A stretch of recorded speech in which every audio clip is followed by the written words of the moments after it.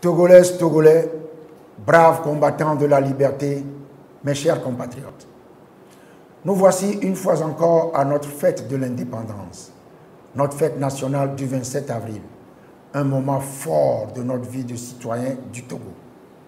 À cette occasion historique que nous chérissons tous et où le Togo nous appelle, mon devoir républicain est de vous souhaiter une bonne et agréable fête.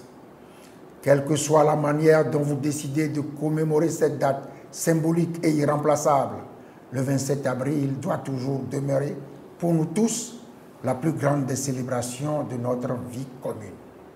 C'est l'occasion de rendre hommage à tous ceux dont les sacrifices ont permis l'accession de notre pays à la souveraineté internationale. Il y a 58 ans, le peuple togolais tout entier célébrait dans la joie et l'allégresse l'indépendance de notre pays, le Togo, proclamée solennellement par le président Sylvanus Olympio le 27 avril 1960, avec toutes les promesses d'une moisson abondante de prospérité partagée grâce au travail de tous dans la liberté et la concorde, dans l'amour de la patrie. Mais très vite, dès le 13 janvier 1963, les espoirs et les rêves portés par ces moments uniques sont brisés et irrémédiablement compromis avec l'assassinat crapuleux du père de l'indépendance et fondateur de la nation togolaise. Depuis lors, une dictature implacable confisque le pouvoir d'État et s'évertue à le conserver dans le sang. La violence et la terreur en imposant au peuple togolais une servitude absolue.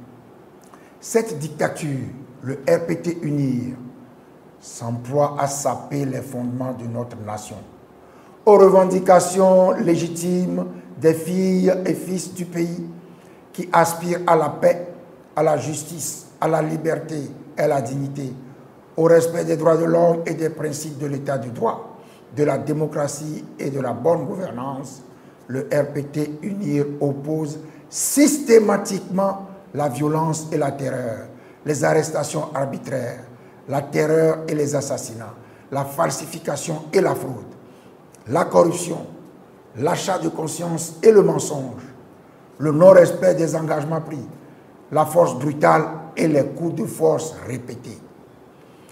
Après plus de 40 ans d'un pouvoir des plus autocratiques et sans partage avec Gnassingbé Père, le RPT UNIR continue aujourd'hui de faire couler le sang des Togolaises et des Togolais pour s'accrocher au pouvoir avec le fils, Faure Gnassingbé, arrivé au pouvoir en 2005 après le massacre de plusieurs centaines de nos concitoyens.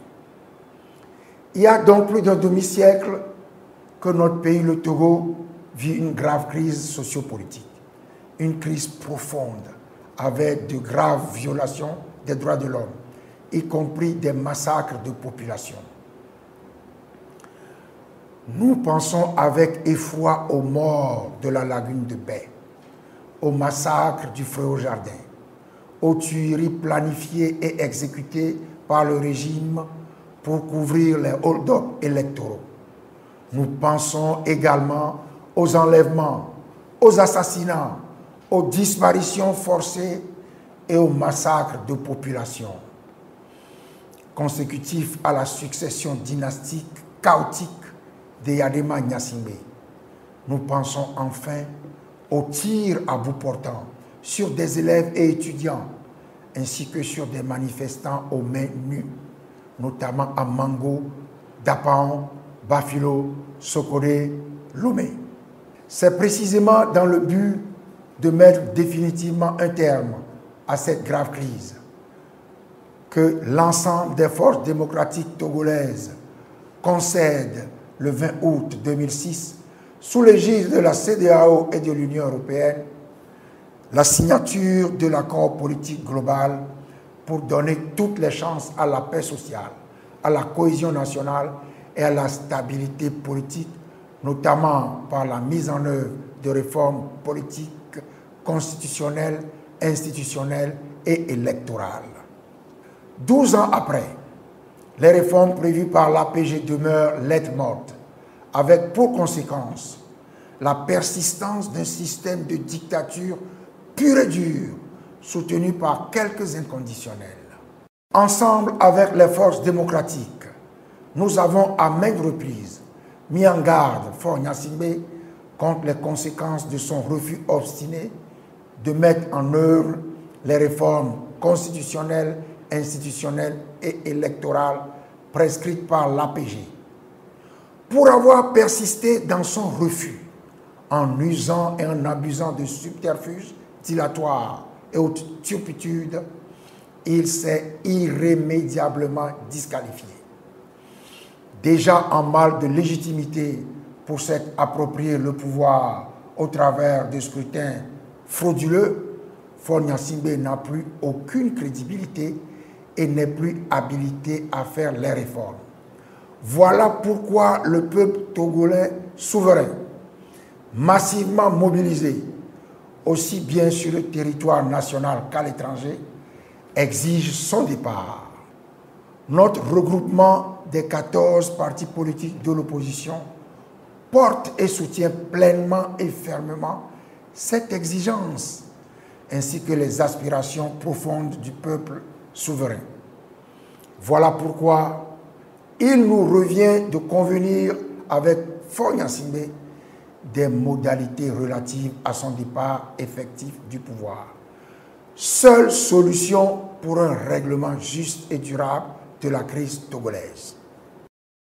Le dialogue politique entamé le 19 février 2018 à Lomé, sous l'égide des présidents ghanéens William Ado Nana Dankwa Akufo-Addo et guinéen Alpha Condé, en tant que facilitateur, devait permettre de lever les blocages imposés jusqu'alors par le régime RPT UNIR pour empêcher toute alternance pacifique au Togo. Patiemment, nous avons formulé, précisé et répété les aspirations profondes des populations togolaises à la table de négociation avec le régime autocratique RPT UNIR. À chacune des occasions, nous avons obstinément, résolument fait la démonstration qu'à l'instar de tous les autres pays de la CEDEAO, le Togo doit connaître l'alternance politique. Nous avons donné une grande chance à une solution négociée sous l'égide des facilitateurs mandatés par la CEDEAO. Le résultat, vous le connaissez, c'est la reprise du dilatoire, très caractéristique du régime RPT UNIR, et son refus de s'ouvrir aux valeurs de l'alternance et du changement. Plus grave encore, c'est l'interdiction abusive et arbitraire de toute manifestation publique. S'ensuivent une répression à ciel ouvert, des arrestations musclées, des expéditions punitives menées la nuit dans les quartiers et les domiciles, des meurtres et des tentatives d'assassinat perpétrés sur les populations, sur les responsables politiques et ceux de la société civile. Aujourd'hui, ce n'est plus un secret pour personne que le pouvoir RPT UNIR et Faure Gnassingbé sont les véritables obstacles à la mise en œuvre des réformes politiques et électorales au Togo. Ils le démontrent quotidiennement en créant et en entretenant des situations de dilatoire et d'engagement non tenus, en rajoutant tous les jours aux violations flagrantes des droits de l'homme, au lieu de parachever les mesures d'apaisement. Ils le démontrent quotidiennement en tentant de museler la presse par le harcèlement et les intimidations des journalistes et en entravant les libertés constitutionnelles d'expression et de manifestation des partis politiques, de la société civile et des populations. Ils le démontrent quotidiennement en maintenant l'état de siège dans les villes de Sokoré, Bafilo et Mango et en interdisant toute activité politique et civile à Kara. Il le démontre en initiant une loi unique portant création des communes. Une loi discriminatoire, tribaliste, ségrégative et d'exclusion, en totale contradiction avec la Constitution. Une loi qui porte en germe les risques d'une explosion sociale généralisée. Il le démontre en poursuivant unilatéralement le processus électoral que le gouvernement a pourtant pris l'engagement d'interrompre à la demande du facilitateur. Il le démontre en tentant obstinément d'imposer la candidature de Faure Gnassingbé pour un 4e mandat à la prochaine élection présidentielle. Ces diverses actions antidémocratiques constituent pour les populations de véritables agressions, des humiliations abominables qui nous édifient tous et nous renforcent dans notre détermination à bâtir le Togo de demain. Un Togo qui ne sera plus jamais celui du RPT Unir. Un Togo où plus aucune chaîne despotique n'asservirait les Togolaises et les Togolais. C'est le lieu de rendre un hommage mérité à celles et à ceux d'entre nous qui ont donné leur vie pour que le Togo retrouve sa dignité perdue. Nous exprimons notre compassion et notre solidarité à tous nos compatriotes blessés, meurtris dans leur chair et dans leur âme, injustement arrêtés, détenus, contraints à l'exil loin de leur famille. Aux uns et aux autres, la nation togolaise restaurée saura rester reconnaissante et réparatrice de tous les préjudices. Mes chers compatriotes, le moment est donc venu pour écrire ces nouvelles pages tant attendues de l'histoire de notre cher pays, le Togo. Nous avons besoin de chacune et de chacun de vous pour briser les chaînes de la servitude et de l'asservissement. Nous avons besoin de chacune et de chacun de vous pour rebâtir la cité. Voilà pourquoi, ensemble avec vous, ensemble avec toutes les forces vives de la nation, ensemble avec le peuple togolais tout entier, nous sommes debout pour dire non à ce régime RPT Unir. Un régime antipatriotique qui, après avoir tenté en vain de détruire le monument de l'indépendance, de changer l'hymne national, terre de nos aïeux, de changer le drapeau national, la devise et les armoiries nationales, s'entête à gommer les noms de la capitale, Lomé, et des autres villes du pays, nonobstant leur valeur irremplaçable au plan historique et culturel. C'est pour tout cela que nous sommes debout et que nous restons vigilants. Nous sommes debout jusqu'à la victoire finale. Nous sommes debout parce que nous croyons à la démocratie, à l'état de droit et à la bonne gouvernance. Nous restons debout parce que nous tenons à la liberté, à la justice et au respect des droits humains. Nous restons debout parce que nous croyons au développement harmonieux du Togo, à travers le progrès social, la croissance partagée et la solidarité. Nous restons debout parce que nous avons ouvert toutes les voies vers la victoire, la gloire et la dignité du peuple togolais.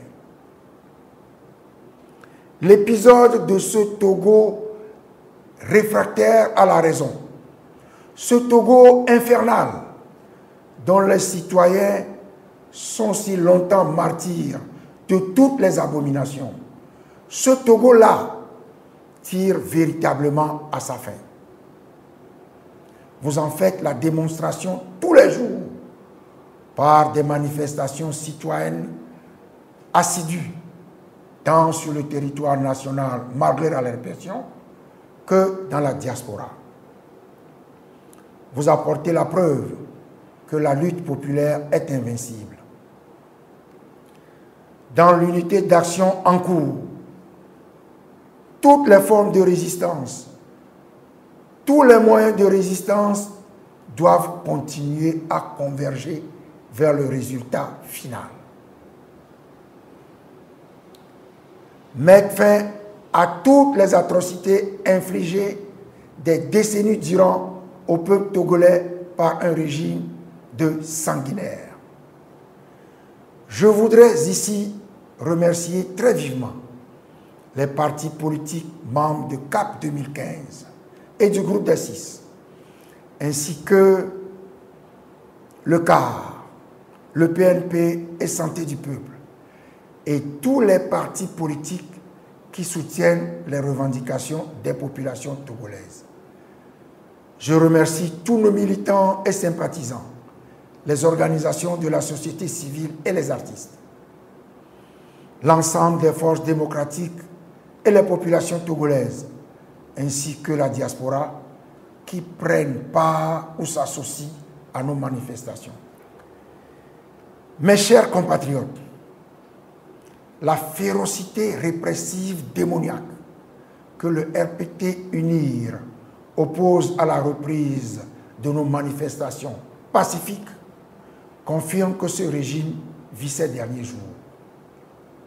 Le peuple togolais souverain, du territoire national comme de la diaspora, triomphera inéluctablement de cette barbarie insensée. C'est au peuple qu'appartient l'avenir et le Togo sera une démocratie ou ne sera pas. À l'heure où je vous parle, les rafles quotidiennes et la chasse à l'homme se poursuivent à Lomé et ses environs, et dans certaines villes de l'intérieur, où les dirigeants ainsi que des militants et sympathisants de l'opposition activement recherchés sont contraints à la clandestinité. Nous exprimons encore une fois nos condoléances aux familles affligées et nos vœux de prompt rétablissement aux blessés.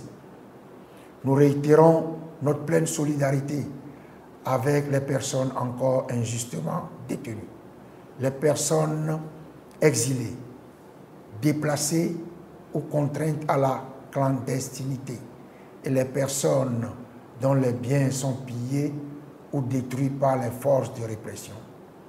Nous réitérons notre gratitude à toutes les bonnes volontés, notamment la conférence des évêques du Togo, les ambassadeurs des USA, de France, de la République fédérale d'Allemagne, de l'Union européenne et des Nations unies pour leur contribution à la libération des personnes arbitrairement détenues pendant plus de 5 ans dans la sordide affaire des incendies des marchés de Kara et de Lomé.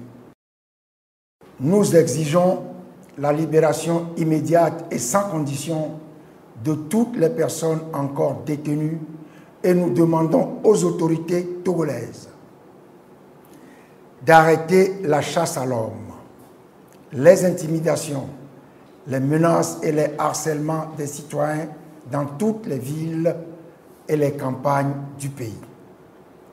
De traduire pour une fois devant les tribunaux les auteurs et les commanditaires des violences perpétrées par les milices et les forces armées togolaises contre les populations, afin qu'ils répondent de leurs actes conformément à la loi. De respecter et de faire respecter sur toute l'étendue du territoire national le libre exercice des activités, notamment le droit de manifester publiquement et pacifiquement, garanti par la Constitution et les lois de notre pays, aux partis politiques, aux organisations de la société civile, y compris les syndicats et les étudiants. De lever tous les blocages au bon déroulement et à l'aboutissement satisfaisant du dialogue politique en cours. Vaillant peuple togolais, braves combattants de la liberté, mes chers compatriotes, avec vous, je reconnais que l'enthousiasme de la commémoration de cette fête du 27 avril aurait dû être grandiose et réconciliatrice. Mais pour l'heure, il nous faut reconquérir notre liberté. Que viennent les tyrans, ton cœur soupire vers la liberté, nous enseigne, terre de nos aïeux, ce chant sublime, ce serment solennel des pères de l'indépendance et fondateurs de la nation togolaise, qui traverse les âges jusqu'aux générations futures et qui constitue notre profession de foi à tous. Une profession de foi indestructible, une profession de foi infalsifiable, une profession de foi qui fonde notre conviction, notre engagement et notre détermination collective pour bâtir et enrichir et chérir un Togo qui appartienne enfin à son époque, un Togo que nous serons fiers de léguer à nos enfants. À tous, je demande donc de redoubler de vigilance et d'ardeur en cette phase cruciale de notre lutte commune et de répondre massivement à nos appels à la mobilisation générale. La nuit est longue, mais le jour vient.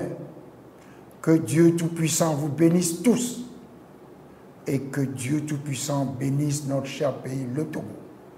Abloré, abloré, abloré, Badja.